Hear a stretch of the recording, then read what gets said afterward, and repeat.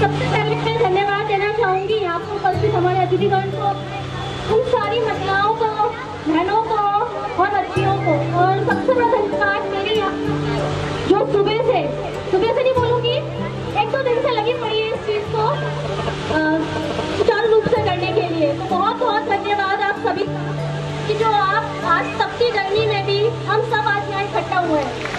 ये हम सबके लिए गौरव की बात है कि हम बाबा साहब के चरणों पर आज खड़े होकर महिलाओं का सम्मान दिवस मना रहे हैं।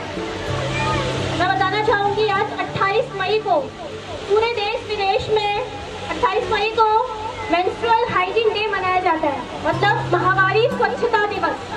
ये महिलाओं के सम्मान का दिवस है। जैसा कि आप सब जानते हैं कि जो माहवारी है हमारी, ये हमारा हम लोगों के लिए गर्व की बात है, जो मैं हमेशा बोलती हूँ। उसी के लिए पूरे देश विदेश में आज का दिन 28 मई को स्वच्छता दिवस के रूप में मनाया जाता है। तो सबसे पहले आप सबको इस दिवस की बधाइयाँ, बहुत बहुत बधाइयाँ।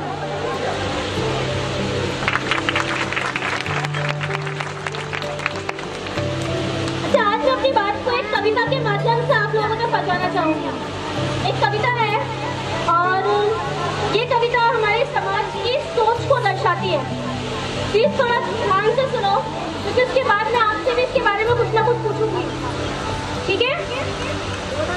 कभी कभी मन में ये विचार आता है कि लड़कियों को लड़कों से कम क्यों समझा जाता है, लड़कों को कुल का वंश समझा जाता है और लड़कियों को बोझ क्यों समझा जाता है? होता है ऐसा? लड़कों को कुल समझते हैं कि लड़के पैदा हुआ तो हमारे कुल का नाम रोशन करेंगे, लड़की हो गई तो इसकी तो शादी करके ब्याह है, बोझ है हमारे लिए। ऐसा होता है क्या? मैं सही हूँ?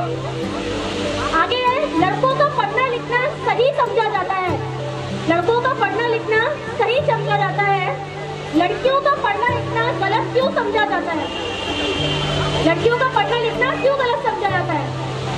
लड़कों के पैदा होने पर खुशी मनाई जाती है, वहीं लड़कों की खुशी होने पर खुशी मनाई जाती है, वहीं दूसरी तरफ लड़कियों के पैदा होने पर दुख और शोक मनाया जाता है।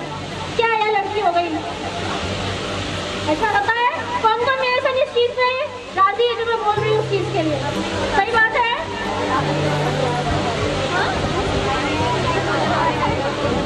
अभी आगे और है, वो पंक्तियां और है, एक मिनट सुने। लड़कों को घर से बाहर निकलने से, लड़कियों को घर से बाहर निकलने से रोका जाता है, लड़कियों को घर से बाहर निकलने पर रोका जाता है, लड़कों को घर से बाहर निकलते समय उनकी मर्यादा में रहना क्यों नहीं सिखाया जाता है? हम लड़कियों को तो बोल देते हैं तुम घर से बाहर मत निकलो, घर में ही रहो, चारदीवारी में रहो, क्या करोगी? मगर अपने लड़कों को नहीं बोलते कि तुम घर से बाहर निकल रहे हो तो अपनी मर्यादा में रहो, लड़कियों का सम्मान करो। हमने कोई बोलता है आप लड़कों को?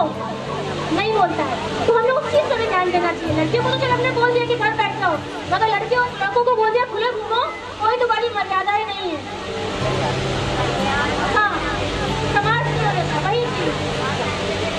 हैरान हूँ, दुखी हूँ, इस आजाद देश में छोटी सी सोच को बढ़ावा क्यों दिया जाता है? आज हमारा देश को आजाद हुए बहुत साल हो गए, उसके बाद भी ये छोटी सी सोच है जो हमारे दिमाग से नहीं निकल पा रही है। हम लोग इस सोच से आजाद नहीं हो पा रहे। देश बहुत आजाद हो गया हमारा काफी टाइम पहले, मगर हम अपनी सोच को नहीं बदलना चाह रहे। अब जरूरत है इस संकीर्ण सोच को बदलने की, अब जरूरत है महिलाओं को सशक्त बनाने की। अब हर किसी को जागना होगा और सबको जगाना होगा। बहुत खो लिया नारी ने, अब उसे उसका हक दिलाना होगा। स्त्रियों को खुद इसकी शुरुआत करनी होगी। हम कितने भी बदलाव चाहें, चाहे हम आके आप लोगों को समझाएं या कोई भी आके समझा रहा है आपको, कुछ फर्क नहीं पड़ेगा जब तक हम खुद अपने आप को नहीं बदलेंगे। समझे? हमेशा बदलाव अपने आप से शुरू होता है, हमेशा बदलाव अपने आप से शुरू होता है। उसी के लिए पंक्तियां हैं, स्त्रियों को खुद इसकी शुरुआत करनी होगी, स्त्रियों को खुद स्वयं को आगे बढ़ाना होगा। उम्मीद है जल्दी हालात बदलेंगे, उम्मीद है अब वक्त करवट लेगा और नहीं करेगी किसी स्त्री के चेहरे पर सिकन। हर जगह वक्त